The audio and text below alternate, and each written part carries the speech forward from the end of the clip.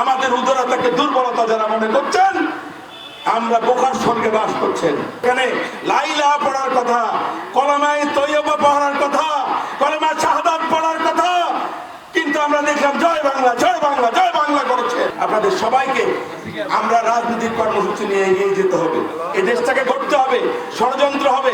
গতকাল দেখেছেন একজন রাজনৈতিক নেতার, আওয়ামী লীগ নেতার জানাজা হয়েছে, সেখানে কি বিভৎস চিত্র, আমরা এটা কল্পনা করতে পারি না। অতীতে আমাদের অনেক নেতার, আরাফাত রহমান কোকর জানাজা আমরা পড়তে গিয়েছিলাম জমিয়তুল ফালাহ, আমাকে মসজিদের ভিতর থেকে পালিয়ে যেতে হয়েছে।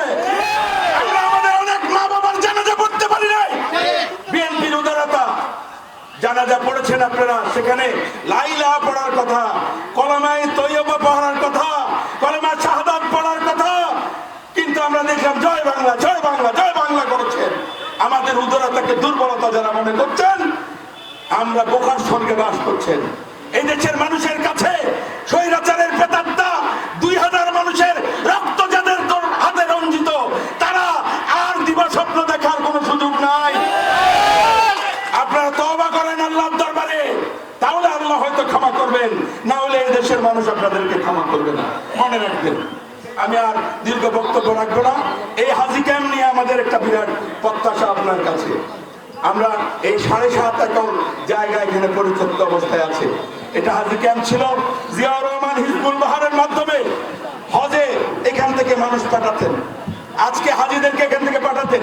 এই পরিত্যক্ত এলাকাটাকে, এখানে মাদকাসক্ত কিশোর গ্যাংয়ের দৌরাত্মের কারণে এলাকার মানুষ অতিষ্ঠ। সুতরাং আমরা চাই এখানে একটা পরিকল্পিতভাবে একটা হাসপাতাল এবং কারিগরি শিক্ষা প্রতিষ্ঠান অথবা বিকিউসপির আদলে একটা ক্রীড়া শিক্ষা প্রতিষ্ঠান ব্যাপকভাবে করার এখানে সুযোগ আছে।